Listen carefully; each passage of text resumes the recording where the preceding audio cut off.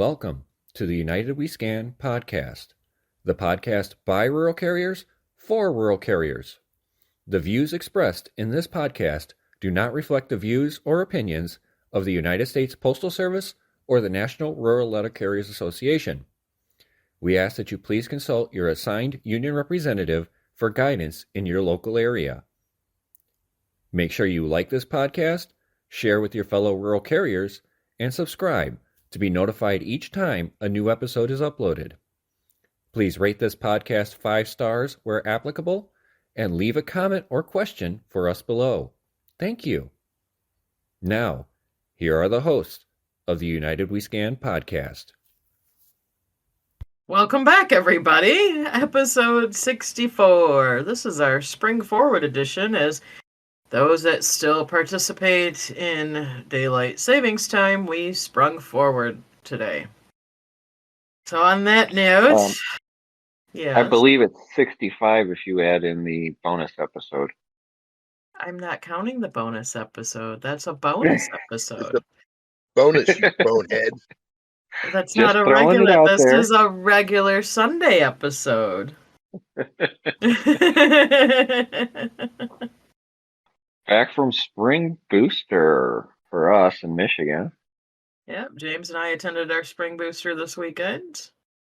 Not a whole lot of anything of importance to say, oh my god, guys, guess what we found out? No, nothing really like that at all. Other than that, I mean, normal people there. There was a few newcomers. That was nice to see. It was nice to see them actually asking questions too during the Q&As and stuff, not being afraid to ask. That was great to see too. Yes, it was. There was, I think, a couple of them at least that were there as first timers were there to ask questions. So, which that's what it's all about. That's the good part about doing that, is being able to come and being able to ask questions. I know I saw some people there on today for just the Stewart Q&A that I didn't see there yesterday. Of course, I could have just missed them though too, but that's how it goes. Tell you, I didn't see anyone. Didn't see you either, Josh. It's all good. Speaking of Josh, how was your week this week? My week was pretty good. Almost every day had like 200 random letters, so I can't complain with that. Even Friday, where there were no clerks, so no mail got worked, I still had almost 200 letters. Got it. It was just another week. Yeah, I hear you. James, how was your week? Well, it was normal for us. Monday, we got our previous week's radar report and found out that my Saturday had a 76% coverage factor on it. The rest of them were in the 90s, or 100% when we had the box holders. But it was quite depressing to see that 76 on my coverage factor. I kept looking at what it was, and I only had 900 pieces of DPS that day, but I had 260 random letters. So it's kind of interesting to think about how coverage factor is affected by what you have in your DPS so much compared to anything else. But then throughout the week, it was just normal for us in the office. Mail volume was exactly identical pretty much to every week prior to that. Less inverts, of course, because apparently the plant was being mindful of what's inverted in the DPS. But we know they control how things get taken out of the plant during counts. So on Saturday morning, I decided to drive up the hour and a half to the Spring Booster instead of spending the night like some people do, just to save on some cost, because everything you do with the union is a cost. Even if you get reimbursed for it, you have to put the money up front first. So ended up going up Saturday morning, and then woke up this morning to snow on the ground as we were ready for the last part of the Spring Booster, and snow is still on the ground. The wind is blowing like crazy. I'm actually surprised I still have power at the house, but good old DT&E here in Michigan. Other than that, there wasn't much to report because everything that we've told you is going on was talked about at Spring Booster. So we already was clued into everything that's going on and problems and issues. Spent an hour on the phone learning about SNDCs from people who actually have moved into SNDCs. So getting that information put together is a good one. It was a good week overall. How about you, Bill? Oh, it was a uneventful week until Friday. You know, the letters, the flats, the inverts, the parcels were all nominal across the board. And then Friday morning, it was announced that a special counter will be coming to our office to address issues that several carriers had on their count. And I said, well, what kind of special counters? People familiar with the REX program. And I said, well, you were trained in the REX program. And they said, somebody smarter than me. That's when they picked me up off the floor. Uh,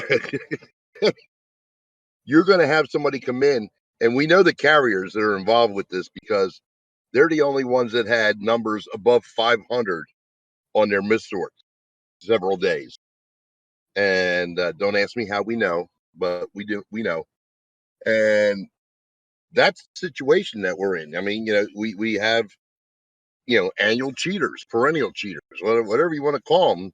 If there's a mini mail survey or a mail count, there are certain people that, fabricate their numbers. And when everybody's handing a 1 foot tray of missorts, your, inverted numbers counted separately, and they're handing in 2 foot trays of mail, there's something rotten in Denmark. But okay, maybe they'll be caught. Who the hell knows? All in all, it was a decent week. We got our numbers at the on Friday, and they are similar to what numbers I've had from the previous 2 mini mail surveys. So I'm not expecting a great change. The only real negative is that your final FSS time allocation will be pulled off of there, which for me is only 25 minutes.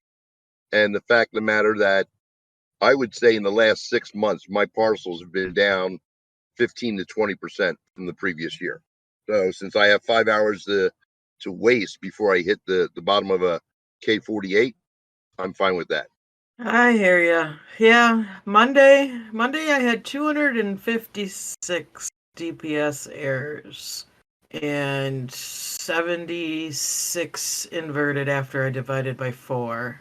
Monday, my marina campground slash summer trailer glorified trailer park, which there's only a half a dozen people that actually have a box of the CBU, but good old Spectrum sent first class out to every single unit. 173 of them were now mail receptacle. I pulled them out when I saw them. I looked at them. I just pulled them all out of the DPS right then and there. I set them off to the side to count when I got done putting everything else away, divided them up in stacks of 25, wrote down how many there were so I could just take care of it right then and there. And then I ended up, my water bills, 95% of my water bills were upside down. 308 upside down, I think it was. Something like that. Yeah. So Monday's numbers were pretty good. The rest of the week were pretty average looking. I was supposed to OJI on Tuesday. Our RCA had a vehicle issue and couldn't make it in. Supervisor called me at 15 minutes before start time to tell me, but she hadn't contacted my RCA yet. And I said, you know what? He's driving 20 minutes into work. He's probably already left. Just go ahead and give him the day. I'll take the next day. So I took Tuesday off. And then Wednesday and Thursday, I finished up the OJI for the third RCA. And then I was off. And then I left Thursday night to go down to Booster because I like observing my state board meetings. And spent the weekend at that. So yeah, that was my week. Not all that interesting by any means. Tomorrow's a new day. Mini mail survey is over with. If I may, can I interject 2 quick points here? Go right ahead. The first is that we're a dual zip office. Mm-hmm. And it was amazing that the 8-2 routes, which I am one of, we received on average 200 plus missed sorts every day. The 80 zip code averaged less than 20 for the entire mini mail survey. Yeah, we've got 3 zip codes in my office, so I get Little that. suspicious, you know. Mm-hmm. The other thing I want to point out is that on Friday we got um, a single sheet box holder, and one of the carriers was arguing with the supervisor about getting it, included in the count. And ladies and gentlemen, when we try to help you carriers in our offices, we're trying to work cooperatively. At least I try to. Not to the point of kissing ass, but just explaining the rules and regulations. It didn't matter whether he got that on the mini mail survey, as long as he inputted it the next day on his scanner. Some people are thinking that that's going to bump up his mini mail survey. And in fact, it really doesn't. So please don't sit there and argue till you're blue in the face on something that you think you're being cheated out of. Okay. Yeah, that was kind of brought up over Booster this weekend too, especially with the Steward Q&A and stuff. It's, you know, outside of the mini mail survey, your parcels, your rec scans, and all that stuff is a 52-week average. The mini mail survey is just capturing the random raw stuff to get that average every 6 months. That's all it's doing, plus your distances and any miscellaneous time. But that's really all it is. That's why it's only 6% for your route evaluation, because everything else, supposedly, is the data is for the 52 weeks. And realistically, what you capture in these 2 weeks for the survey, the only difference it's going to make is if you're on the cusp of going up or down to the next evaluated hour. Yeah, if you're only within And a couple minutes or so, that close, it's really, yeah, otherwise it's and not going to make a huge difference. when we say a couple minutes, we mean less than 5. 2, 3 at the absolute most. And you also have to remember the numbers you're capturing are technically plant errors. The raw mail, raw flats and stuff are technically plant errors because they were supposed to be sorted into the automated systems and things like that. So they want to keep track of what the plant's getting wrong. So that way, maybe later on, management can use it against the plant managers. So don't worry about too much. The biggest numbers that you have is your DPS, your parcels, and your WSS box holders that you input into the scanner at 52 weeks. The major components of your evaluation are evolved in the 52-week average. So don't worry about too much about the numbers. I mean, yes, some people are going to have a god awful number of raw random letters and random flats and things like that over this, but it's not a break the bank style count. So, was there anything you took away from this weekend that the audience should know about, Kristin? Anything that maybe struck you as something that should be repeated or something that they definitely should be made aware of? From the actual booster itself, not so much. I mean, we had a Social Security administrator do a Zoom presentation because of the government stuff going on and lack of funding to travel. So, and that was basically on your Social Security, retirement, stuff like that. Um, Otherwise, I did have some other things that came across to me outside of that. Oh, I do have something that I took away from the weekend while I was there. And this is about regional conferences. Because it was asked to our national secretary treasurer on how to verify membership from attendees in other states at regional conferences. They said that there is no membership verification at regional conferences, and if non-members show up, they are welcome in. Hello? If non-members register at regional conferences, they're not going to be turned away because they're not verifying membership at regional conferences. That, and there's no elections or any voting. Correct. So There's nothing that wouldn't be known to the public craft as a whole anyway at these regional conferences that I know of. Mm-hmm. Whoa. Let's back up to SWAC. And you're a non-member. And you're sitting there when the president of your union calling you a freeloader and scab. I think I might have an issue then. That's unfortunately part of the system right now with the leadership that we have. You know, the fact that they say they're open to discussion, but yet Bridget and Shirley are too busy talking with each other, which they have offices right next to each other at national, but yet they got to spend all this time at regional conferences still talking with each other instead of talking with the craft. Kind of just shows exactly where their mindset is when it comes to these conferences anyway. So it's not like dues paying or non-dues paying people could turn around and actually have a conversation with them because they're too busy having their own personal conversation that they should be having throughout the year outside of that. Hold it. Am I used? Because this is an opportunity for our national officers to mingle with the people on the ground. It's an opportunity for them to find out what concerns we have as dues paying members, or in this case, a non-dues paying member. Is there's something wrong with my thought process here, that you would actually attend a conference or seminar or even a state convention and talk to the people on the ground? Oh, but Bill, your check's not good enough, don't you know? Well, you know that's not true, James. But I meant to the board. I meant to the board. oh, okay. But yeah, it was stated that there is no membership verification for at regional conferences and non-members can attend.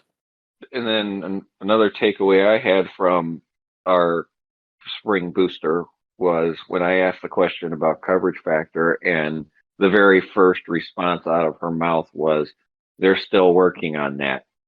You've had almost 13 years to work on it, and yet you still haven't figured out coverage factor, and they still haven't fully come out with a definition of what an obvious parcel is.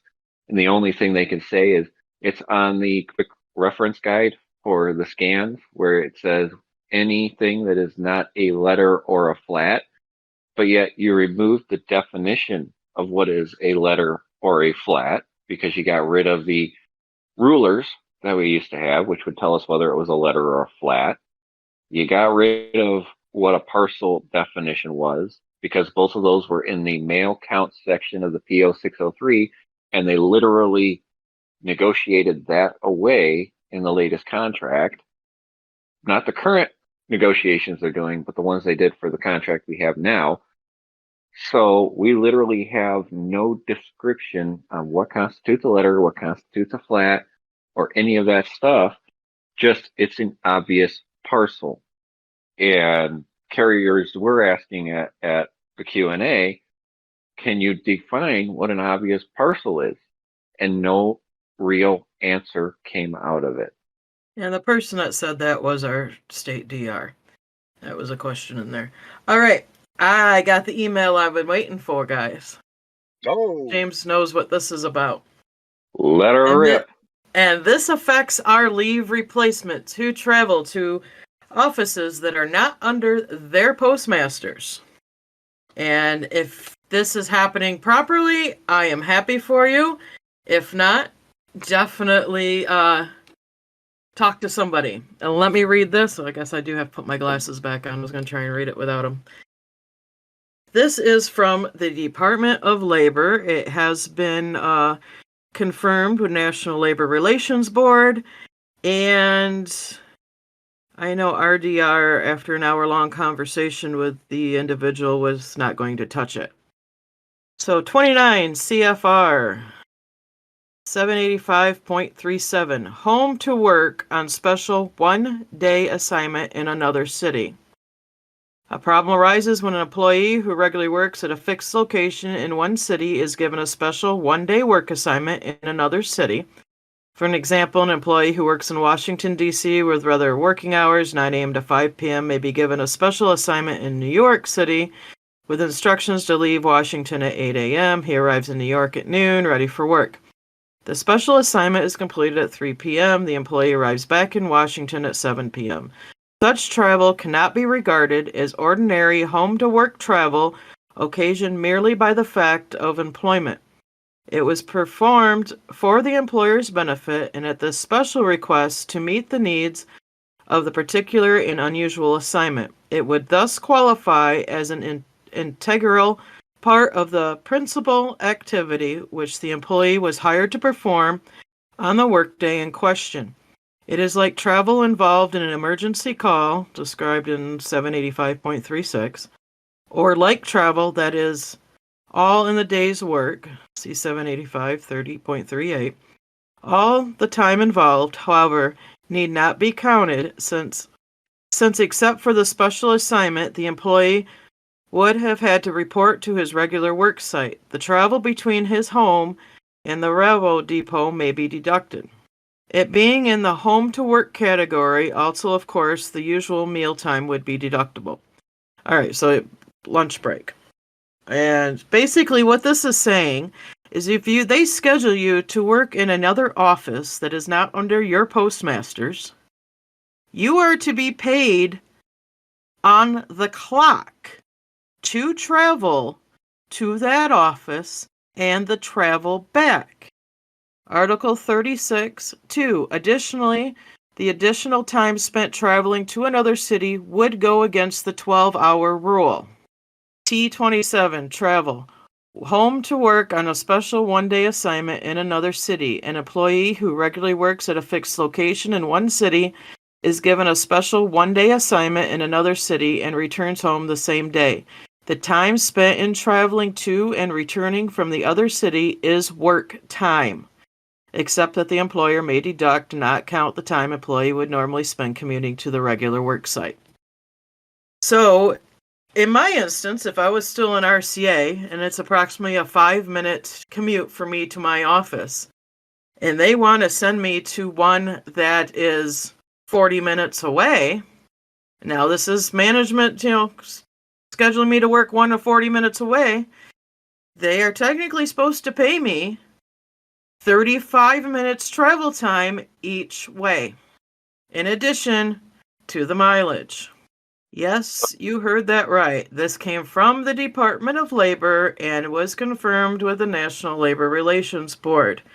If they are sending you to another office to work, you are supposed to be on the clock for the travel time. And that includes the travel time minus what your normal commute to your office would be from home and back. That is big. So let me put this to you guys in another aspect related to your work here. When you are at your office, say you work in Oxford at your office in the morning, and they turn around and they send you to another office, you have to figure out the commute time from that office to that other office. You should be remaining on the clock to go to that other office and come back from that other office. And the assignment in that office should be less than 12 hours with your aux route, travel time, other route, and travel time back to your office. We cannot work our RCAs over 12 hours contractually. If they send you to another office, the time for you to go from where your office is located that you're assigned to that office and back, plus the route time, cannot be more than 12 hours. Management has abused this on carriers forever. It is time for our RCAs who are being forced to travel to all these other offices within 50 miles to start filing for e-travel and grieving for e-travel based on these issues here. The Department of Labor has the paperwork for it. The fact that management has gotten away with it for years and people have not been aware of it has to stop. We need to spread this across the nation to every RCA, even regular carriers, everybody. Because when you travel for training purposes, like to your academy and stuff, you get e-travel to go there. This is why you get the e-travel. If it wasn't a law, they probably would not be paying you for it to go to the trainings outside of your jurisdiction. But this is also saying that you should be on the clock, green card time for your travel as well as your mileage under e-travel. E-travel is just going to be your mileage, your per diem, whatnot. This is also saying that you should be on the clock, green card time, for that travel to and from. But if you're using your personal vehicle, you should also get paid the mileage to go there. Yes. Well, you get the e-travel to go. Yes. That's what the e-travel is your mileage and per diem and hotel expense if needed. Yes. No, you're not going to get paid hourly to travel to training. This would be, that's completely different under that when it comes to your training. You would get the mileage, the per diem, whatnot. This is, let's say, the opposite of what I told you earlier about my postmaster using you as a last resort there, Rattlesnake. If my postmaster and your postmaster said, yeah, okay, I'll send him up there, you should be paid the hourly rate to drive the 40 minutes to my office and the 40 minutes back on the clock. Less your regular commute from your home to your office. Yeah, he's about a 5, maybe 10-minute commute to his office, so that's why I said that. Okay. I know where he lives and I know where his office is. Now, if your commute is shorter to the other office than it is to your main office, you won't get anything. Correct. Because it would be greater to go to your office than to the other office you're going to. But if you're going from your office to that other office, after running a little bit for your primary office, then you should be paid for that. You'd still be on the clock. But Exactly. this is, but yeah, I understand that, James. That is how it's supposed to be, and I know has been in the past. But this is saying on non-scheduled days in your office, and they are scheduling you to work in another office, you are supposed to be paid on the clock to travel to that other office from your home, minus the normal travel time it takes you to your office. Same with like the e-travel with the mileage, you know. My instance, I live 0.3 miles from my office, so I get mileage no matter where I would get sent to. But minus that normal commute time to your office, yes, you are supposed to be paid on the clock. This is huge. Mm-hmm. I don't think you'll get back pay out of this, honestly. This individual did spend a good over an hour on the phone with a DR who, in the end, said they were not going to touch it. Yep. So take your time, file it as it happens. But that is a Department of Labor ruling, and the National Labor Relations Board has backed it up. All right, devil's advocate here. Go for it. We already have an understanding that you'll be paid for the EMA difference between traveling to your home office and to an outside office. Not the EMA, the e-travel, the government rate, not the EMA rate. Right. Now, given the fact that we work for the post office, would that supersede an hourly compensation also? No, the hourly compensation is supposed to come along with it. Okay, because that's going to be one that the ADRs and the DRs are going to sit on and just say we can't do anything about it. But you've got the paperwork and documentation on it. I would have people filing on that left and right. I did post the PDF as well as a screenshot in the listener chat. Not in the stage chat, but the listener chat. Excellent information. Yes, that was a big one. And when I heard that the DR would not touch it, I said, please send it to me because I will put it out there. and I got it. I just double checked the email, so I had to put it out there. I'm like, this is big. I do have something else that I will be put when I get that info. It probably won't be until at least next week. It's not going to be tonight, but I will discuss it when it gets to me. Just so it's quite interesting. This individual did want to put it on blast to the state, but however would not do it, did not want to be put in that position. And I said, send it to me. I'll get it out there. Well, like in your case, Kristen, where you said your DR said they won't handle those grievances, that potentially could be labor charges for failure to represent. Yes. I mean, if you have good management that's aware of that, which, good management is a needle in a haystack, and then I applaud you for being able to get it.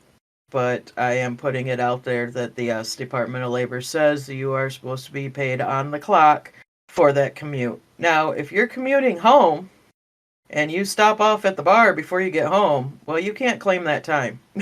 Your time stops where you stop at the bar. Plain and simple. You stop at the grocery store, you stop at daycare, that's your cut off time. But if you're going from point A to point B, you're supposed to be paid on the clock minus what your regular commute would be to your office. The only exception to that would be if you turned around and you took your lunch, say at McDonald's or a sit-down restaurant for 30 minutes, something like that. That would be a lunch period before you continue your commute home. Yes. That would be the only way it would be legal to stop on the way home from the work that you're doing, would be a non-paid 30-minute lunch. Yes. So that was the big one that I was just chomping at the heels to get out today. I know, you wouldn't stop talking about it at Spring Booster. Once I found out about it, and I'm like, this is big. I was like telling James, are you here? This is big. I got to tell you this. And yeah, that's the big one. Like I said, it didn't come directly from Booster, but I came from Booster with that knowledge. And since our national board is so kind to listen to us, I'm sure they'll post it up on their Facebook page by the end of the week.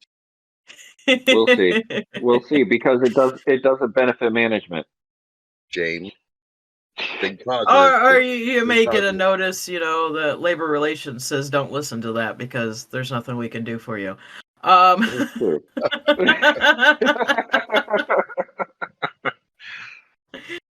I mean, like I said, there's the Department of Labor articles. Like I said, I posted the screenshot up on the listener chat. Kristin, I need you to clarify something for me. I can try. Okay, I understand after SWAC, okay, at your booster meeting, that the only person that they did a cavity search for recording devices was James. True or not true? I'm gonna. I don't know. I wasn't present for that. With 100% accuracy, she can neither confirm nor deny. That is true. I can neither confirm nor deny because I was not part of that. I will say the cavity search did not occur, but boy, did I get the death stares while I was playing on my phone during the meetings. Yes, he did. I can confirm that because I was sitting next to him. And then our great ADRs and DR put together their little skit, and our one ADR loves having games, competition games. Sometimes they divide it up between the two districts, and this time it was a team game of like bar trivia type thing, and you had to have a team name. And yes, our team name for James and I was United We Scan.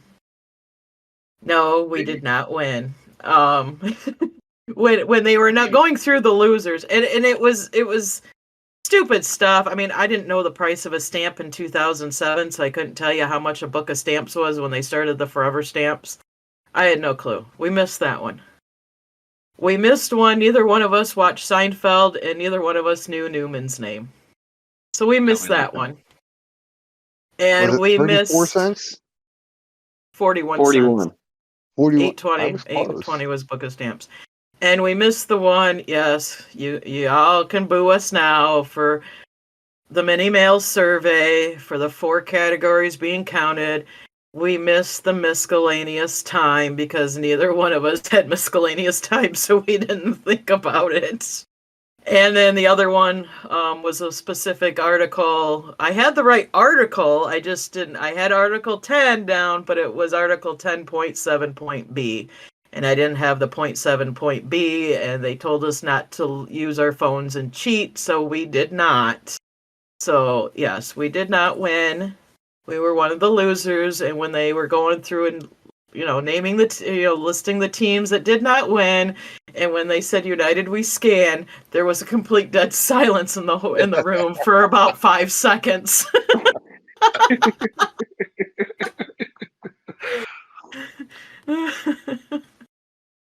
Now, at any point did they get around to discussing the ways they're going to be cutting the route adjustments? There is going to be, each district is going to have a team. They did say that their carrier input was going to be part of it. And that's really all I took away. I don't have that note sheet with me. It's in my car, which my daughter has. James got to meet my daughter this weekend. Met the troublemaker. My mini-me, isn't she? Literally is my mini-me. Ain't that the truth? That I left that one in the car because it was in my pocket and I tossed it in the back seat, so it didn't make it in the suitcase with the other ones. But what I took away from it was there was going to be district teams, and carriers would have input on what to cut off, and they were going to do the overburdened routes first before they were absorbing any auxes to build up the substandard routes. Yeah, I'd love to see what the carrier input really looks like and what they actually do. Yeah, that's really all I have on that. Whether James has any other information that he took notes on, that's just going off the top of my head. So Not really. I mean, it's literally it's depressing to think about how little input carriers have in a lot of things, and how little input that carriers have even in this union in general, and how little help they get through the system. So it's disheartening to see that carriers have to come to these events to get the answers they want, which is part of the reason we're on here, is because carriers weren't getting the information outside of these union sponsored events as much as they should be. Okay, well, I can tell you Friday, they didn't have clerks to work any mail. And the one zone, their parcels didn't show up until after 9 o'clock. And the MCSO told them not to throw any of them. So I called the not my ADR because he was on leave, but one of the other ADRs. And I asked him quickly about with the adjustments. He said that adjustments are supposed to, or the evals go into effect Saturday, April 6th. They're supposed to start working on them Monday the 8th. They're going to work on the overburden routes that the carriers cannot get back within evaluation first. That's their number one priority. And then they're going to work on the rest of the overburdens and down the line. He said that they and have a program that they can input your route information, and it'll pretty much tell them what they have to take off, like how much or what area, what section. But his phone had been ringing off the hook since it was the last day of the survey, and everyone from everywhere was calling him about issues they were having. So I had to get off the phone with him at that quickly. thank you for making me lose my train of thought again, Josh. Sorry. Well, I remember now. When it comes to the routes where they're not meeting the evaluation first, now we have district managers and POOMs taking that in is if you have a non-overburdened route, so a 46K or less, they are now going to threaten to cut those routes if you are not making your evaluation. Which is hilarious because they're taking the work off of you to cut your evaluation so you get back in time, but yet you're still going to be over evaluation because your route is actually under evaluated anyway, if you're always working over your evaluation. Absorbing aux routes, they want to cut the overburdened routes first before they build up the substandard routes by absorbing aux routes. Those are going to be last on the list. Hey, Bill, what's that statement you say about management and the way they make things happen and we just talk about it? What's that statement you say? I don't know which one you're referring to. I mean, I've got so many for management. I think you say you can't make this up. Oh, no, I say can't make this shit up. Close enough. Close enough. Yeah. And the problem with this is that I've got management that can't get a PTR report. You know, I had to show her how to get to the radar report. You're going to depend on these people to be trained as well as they were trained for wrecks and implement cuts on our routes? I don't think so. I mean, because that'll drive me nuts that to have somebody that incompetent trying to adjust routes with no knowledge and experience and half-ass training. I just for fun today, not really fun, but I was going through some of my files and I found a sheet where Ronnie said emphatically, we're not doing this until we have transparency. We still don't have transparency, folks. Nobody knows what an unscanned parcel is. Nobody can actually give you your radar reports for your bundled flats to match up with anything that they report on your end of run reports. For them to take this and apply an algorithm to a program that doesn't give you credit for CBUs because the first one's empty, or gives you a drive speed matrix when they don't realize that a third of the country is truly rural and there's potholes that swallow up small animals. How the hell is this going to work? I wish I had more faith, but I don't. I get it. You know, it's on unscanned parcel. That was another one that was brought up this morning, and basically we were told tell them about the one that asked about not delivering it. Oh yeah. I will get there. If it's not a flat and it's not a letter, then what is it? That's basically what we were told. If it's not a flat, if it's not a letter, then that leaves it as a parcel. All right, frequency. I get that jab. I get it. If you're old enough. Uh-huh. Okay. All right. Now, here's another one that was brought up. There was a carrier who had a parcel. It was an obvious parcel, but it was metered postage, so there was no scan on it. Snowstorm happens. They take it out with them a few times, and finally on that third or fourth time, they're able to get to the mailbox. But the driveway's not plowed, so they leave them a notice. How are we getting credit for that? Well, go ahead, James. I'll let you finish this one off. So the answer that they were given on that is every day you take it out, you scan it as an unscanned parcel. So apparently what they said was the only time it matters to the customer is when you scan the barcode, because then the customer gets notified of it. Using the unscanned parcel, it just gives you credit for it. But they're like, so those 4 times you took it out, you should have put it in as an unscanned parcel.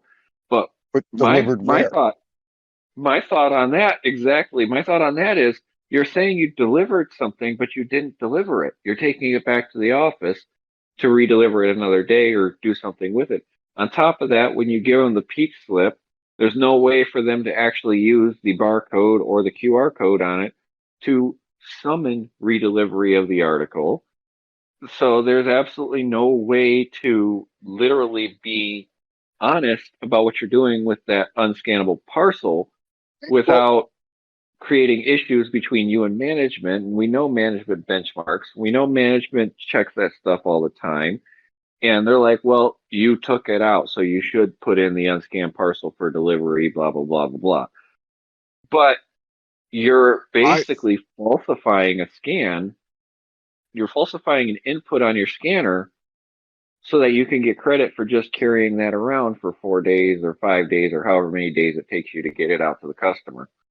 However, because they did leave a notice. Now, Josh, let us finish.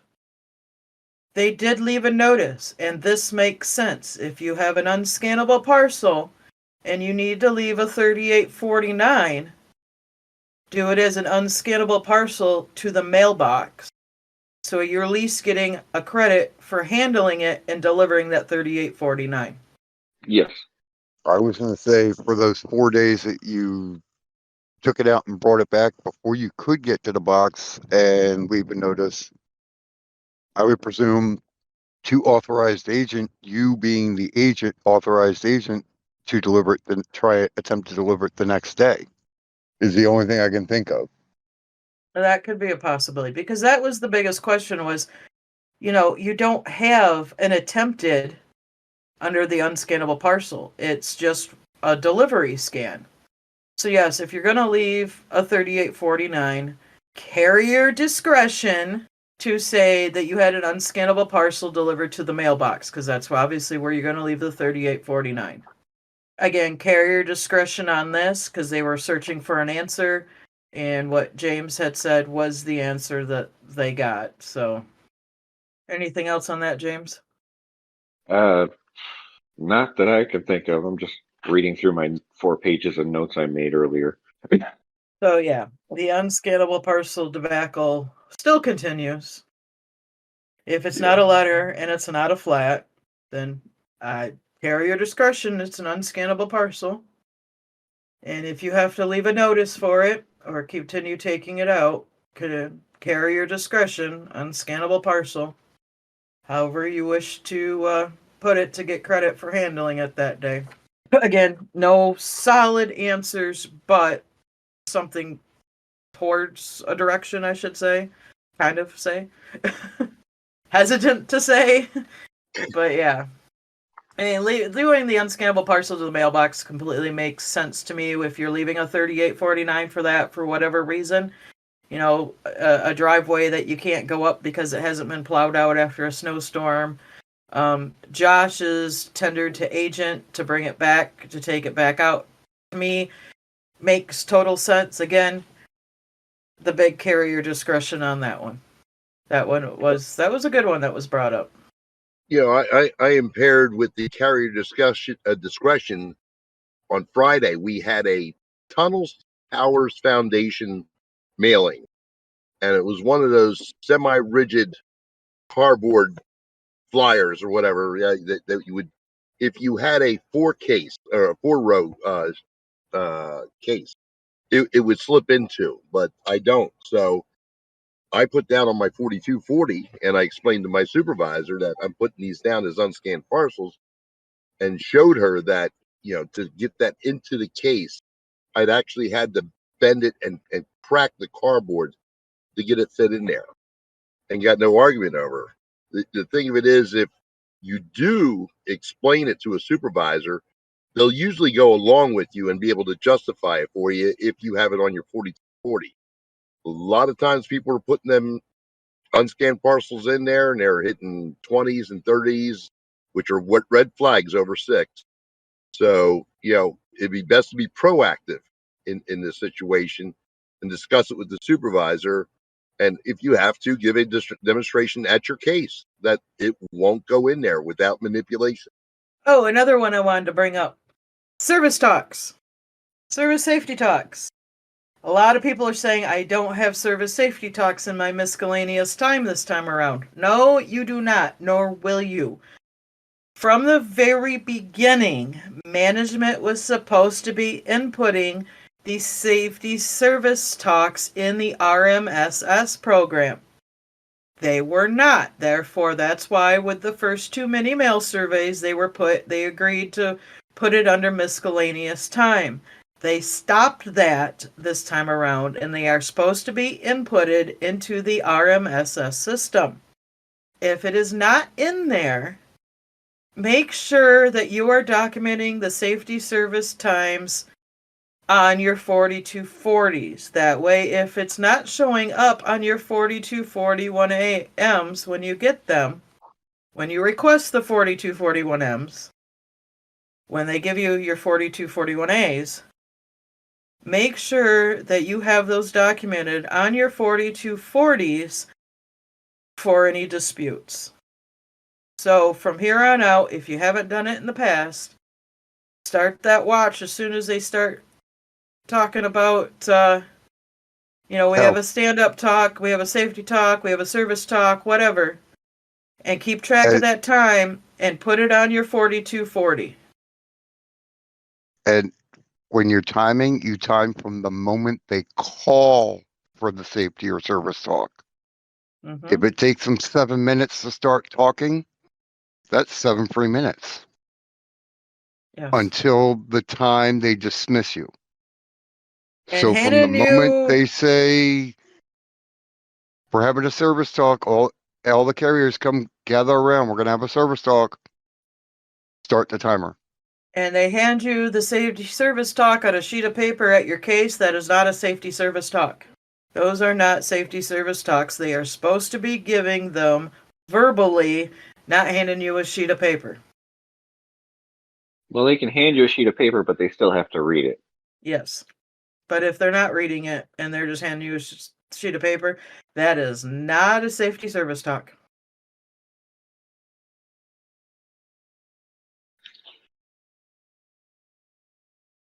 So yeah.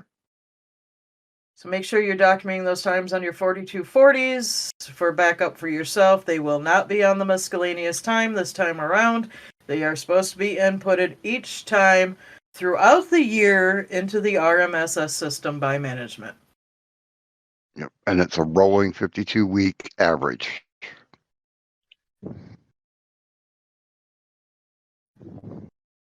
So I wish they'd go back to the PARS labels like that, like how it was supposed to be done to begin with. yeah. However, it's not, which really sucks. Because all my seasonals come and go outside of the mini mail survey. I think I had one PARS label in 2 weeks, and that was for my move left no forward, left no address that I did.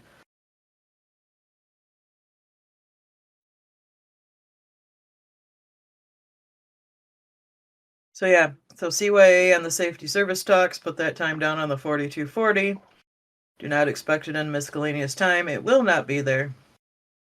And management is supposed to print out the radar and end of run reports every single day of the year. And if they are not, what do we do, Bill? File, file, file. Thank you. Anything else? And then Guys. smile. See, there was your anything else right there. Right. And then file again after smiling. I feel sorry for any carriers being moved into an SNDC. Let me just say that.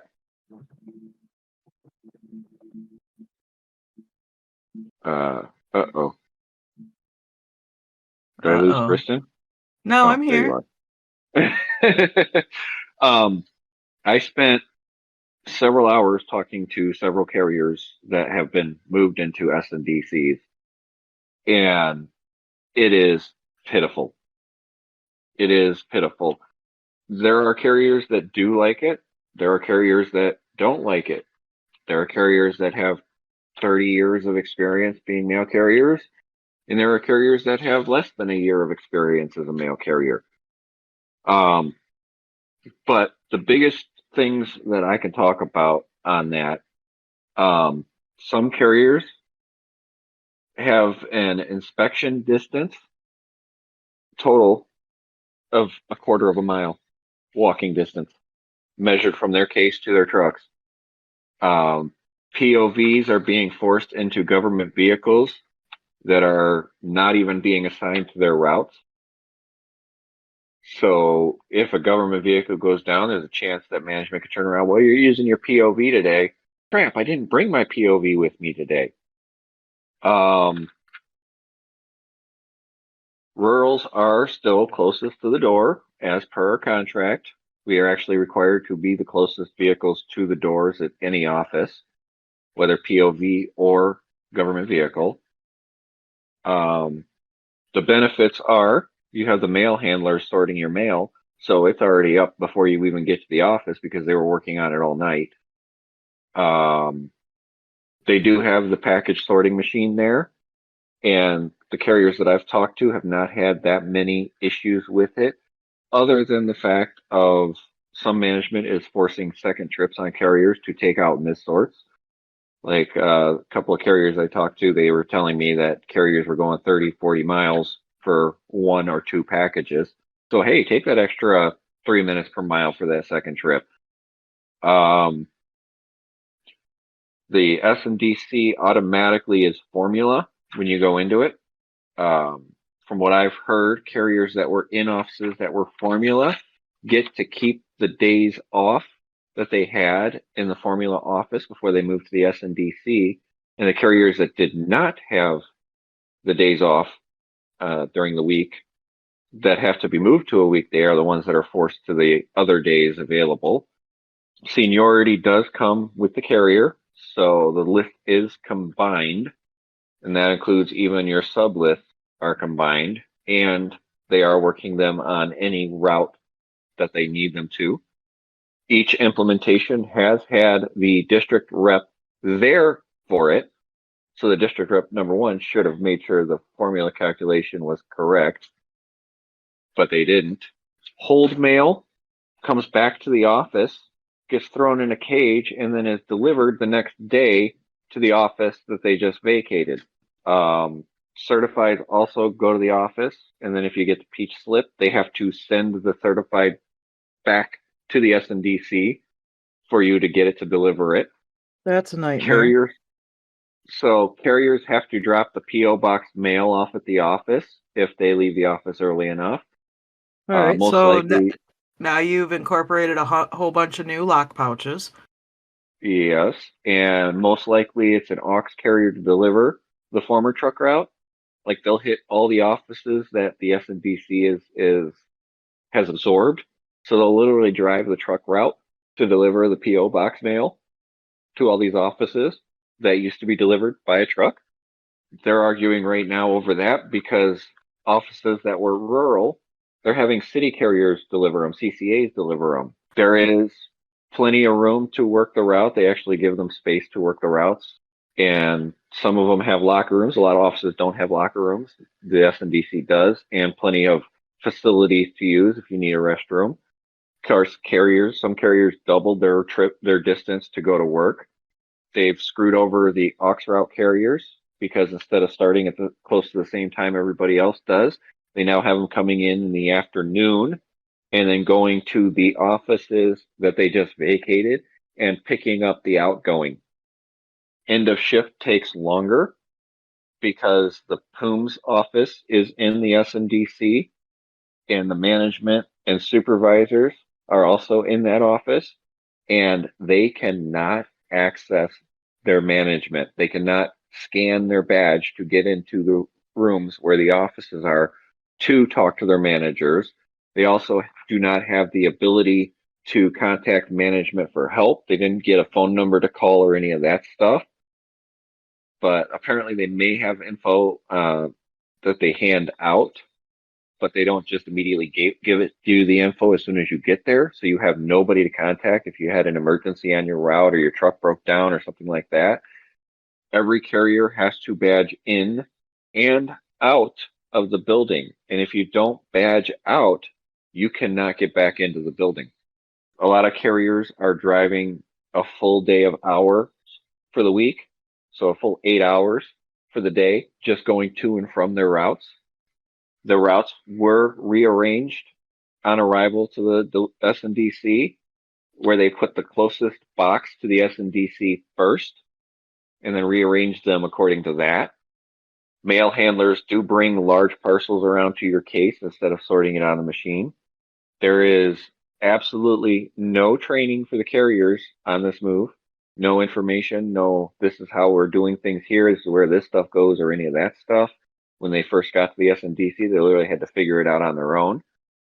And because of all of this, more carriers are working off the clock. And according to the people that I spoke to, they were doing it in front of the district representative, and the district representative didn't say a word. I have a question for you in regards to with the formula aspect. Mm-hmm. For offices that were a regular office, they're moving into the SNDC Mm-hmm. and becoming formula. Are they giving them the opportunity to volunteer for a day off first? Or are they just assigning them a day? I'm glad you asked that.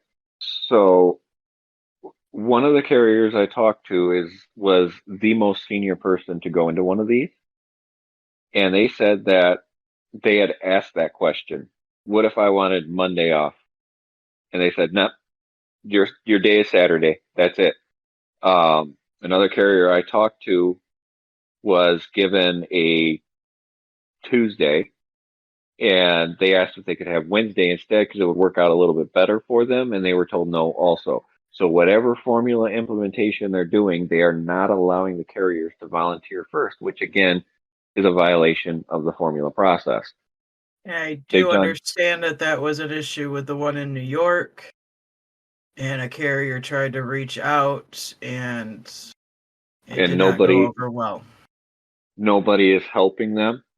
Nobody's getting in there and making sure things are done correctly in the way the contract states and the way the manual state and the way MOUs have been brought out for this stuff. Nobody on the union side is actually fully helping in this. Our union stewards, our ADRs, our DRs should be able to quote the requirements for this verbatim, or have access to this information verbatim and be pumping for our carriers in these SNDCs. They should be fighting for every inch for these carriers in the SNDCs. I don't care that we've added more cost to the post office by putting in these SNDCs, obviously from the conversations I've had. It's going to cost the post office a crap ton more money to operate these SNDCs than it was operating the standalone offices. But that's neither here nor there.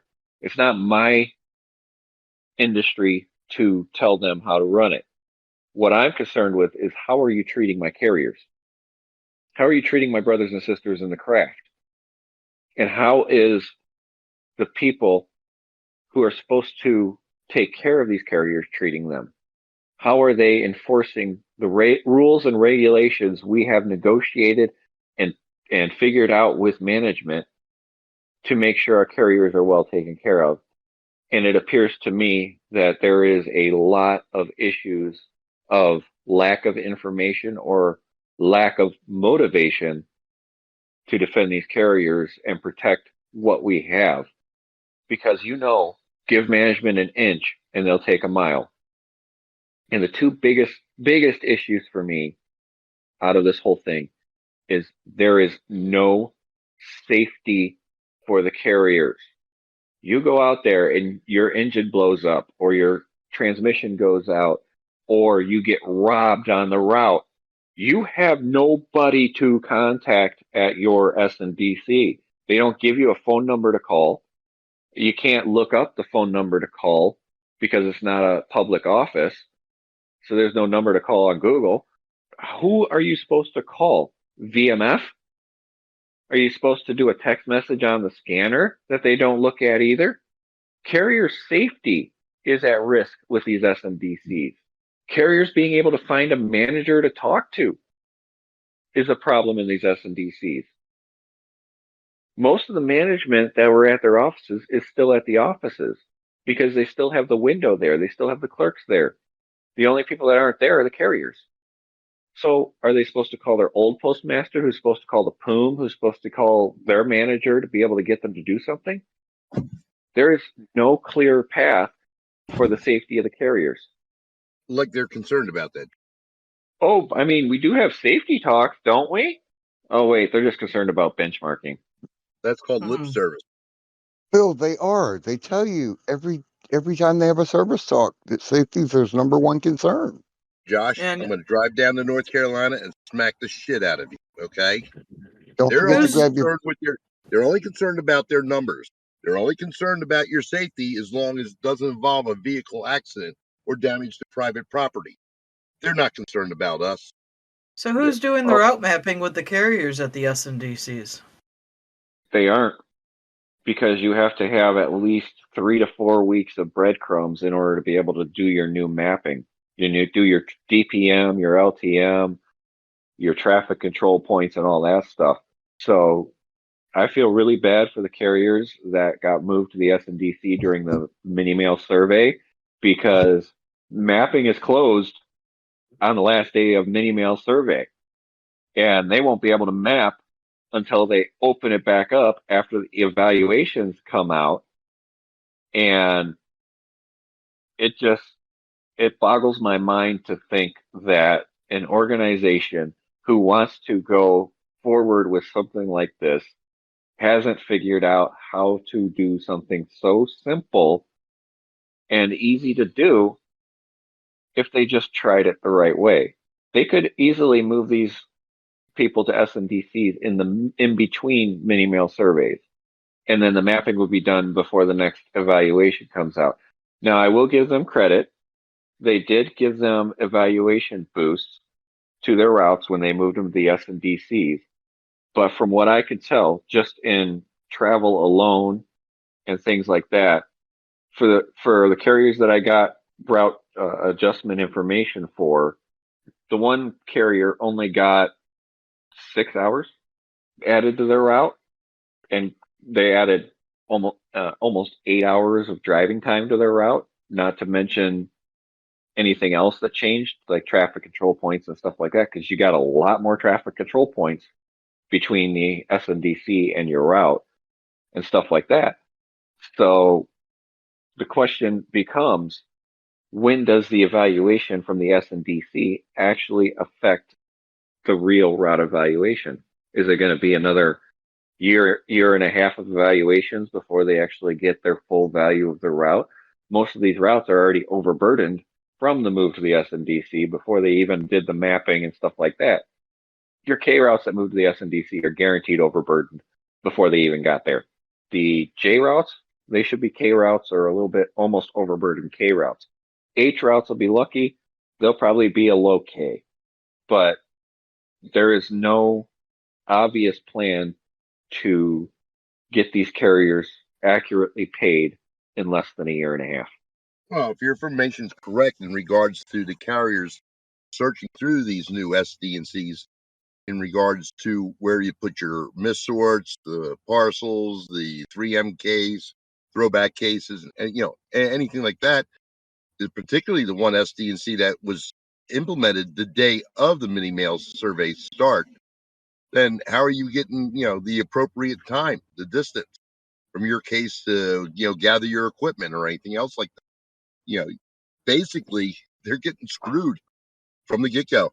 Yeah, exactly. Well, actually, the one benefit is, yes, they got new equipment. The new equipment is garbage.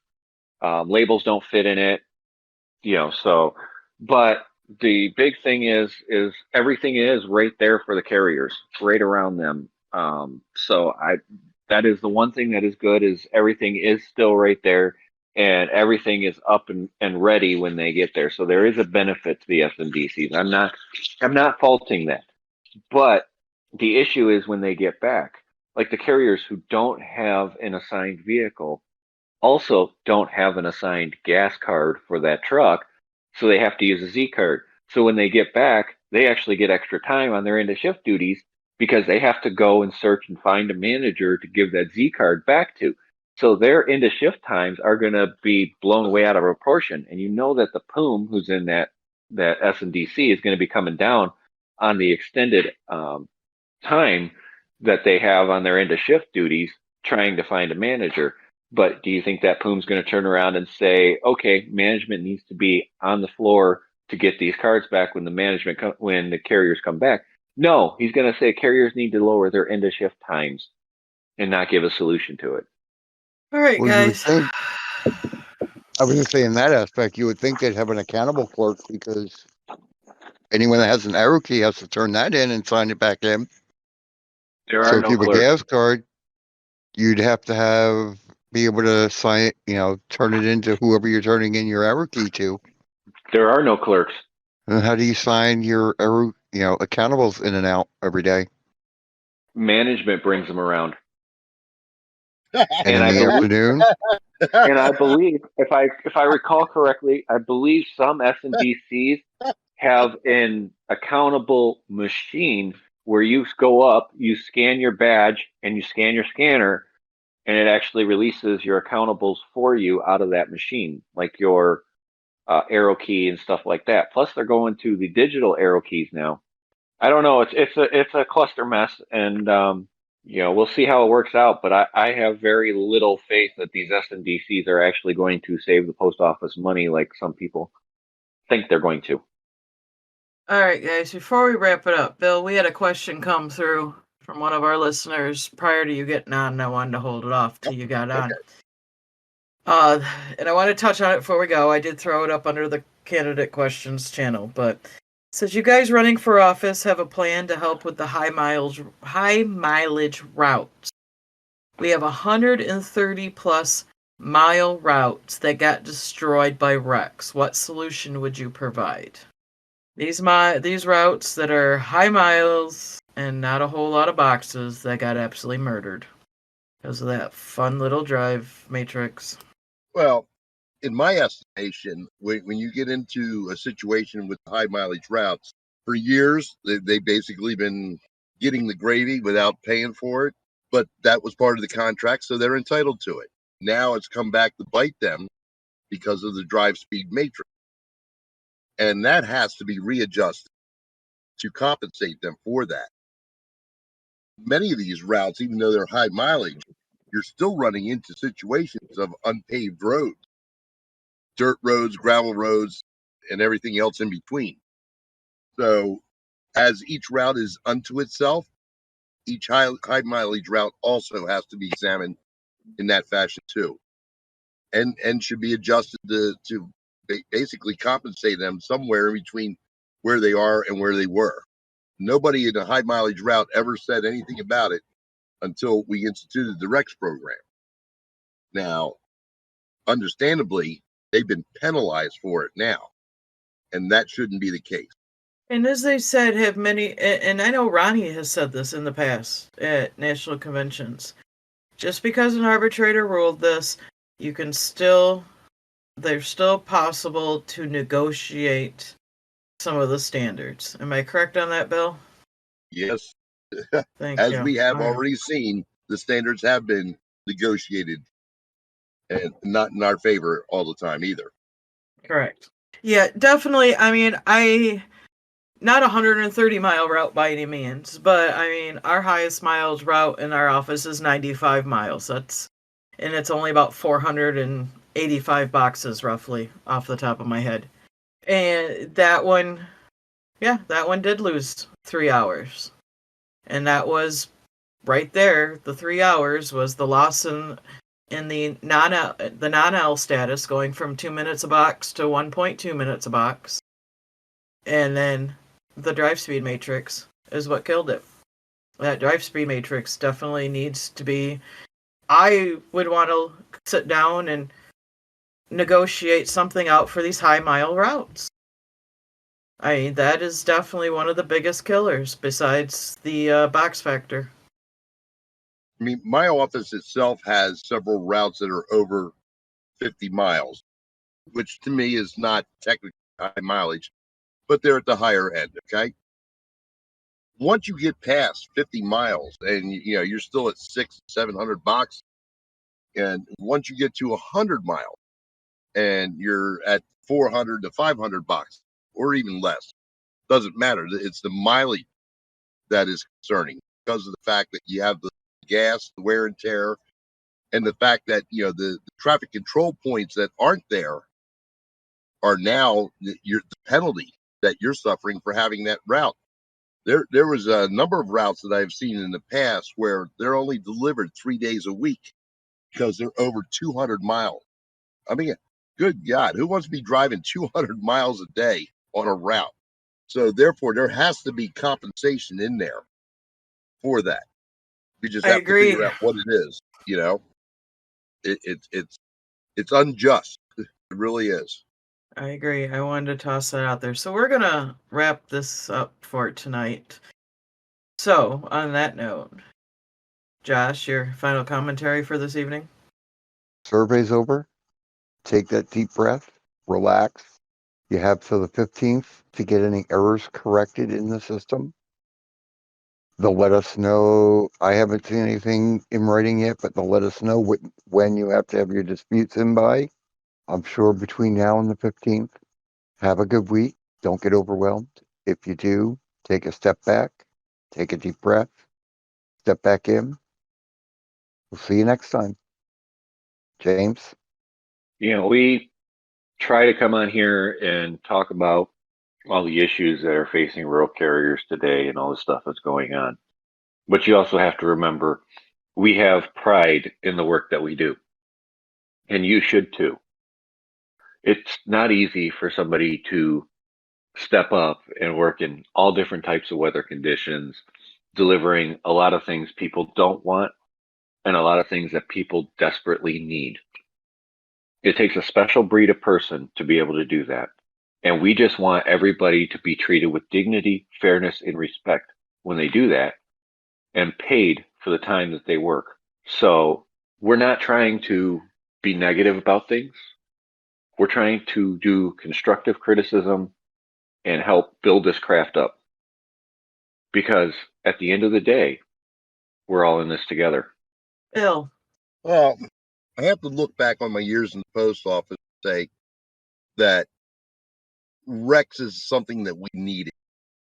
The only problem is that it needed to be fine-tuned before they threw it out in the field. We have fought for years to get paid for everything that we do.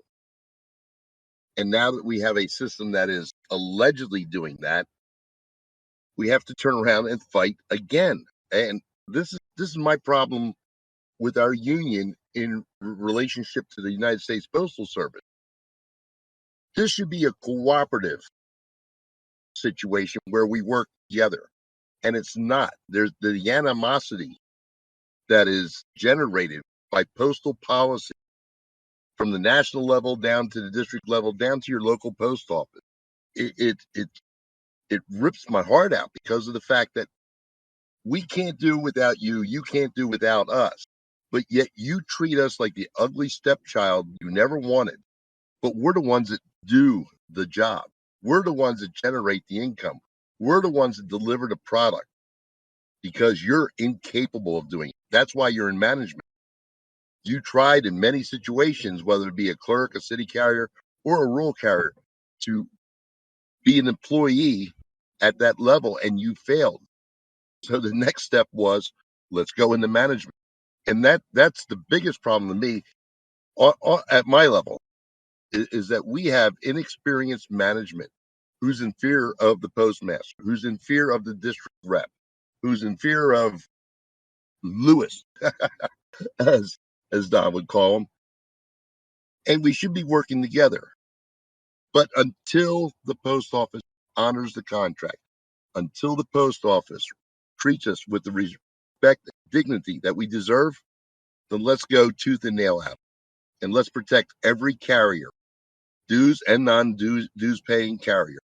Because like I keep saying, if they do it to one, they'll do it to all of us. Step up for your fellow brothers and sisters in this craft. Take a stand and say, this is the line and you're not crossing it anymore. Everybody, the mini mail survey's done. We'll wait to see what the results are. Then we can file our disputes and then we'll get them back or we won't get them back in the next 6 months. But keep doing your job as best as you can to your ability. Be safe. Get home, because you're the most important delivery, and your loved ones want to see you at the end of the day. Thank you, guys. Yeah, we kind of covered quite a bit here tonight. We will definitely continue as we find out more information on everything. I do have a friend that recently went to an SNDC in a different state than the person James talked to, who is willing to talk to us. So it's a matter of getting with her and would maybe bring her up here one evening to discuss how her experience has been in an SNDC. So, on that note, we will be back next week. Everybody have a good week. Stay safe out there. And thank goodness the mini mail survey's over with now for another 6 months. Till next time, guys.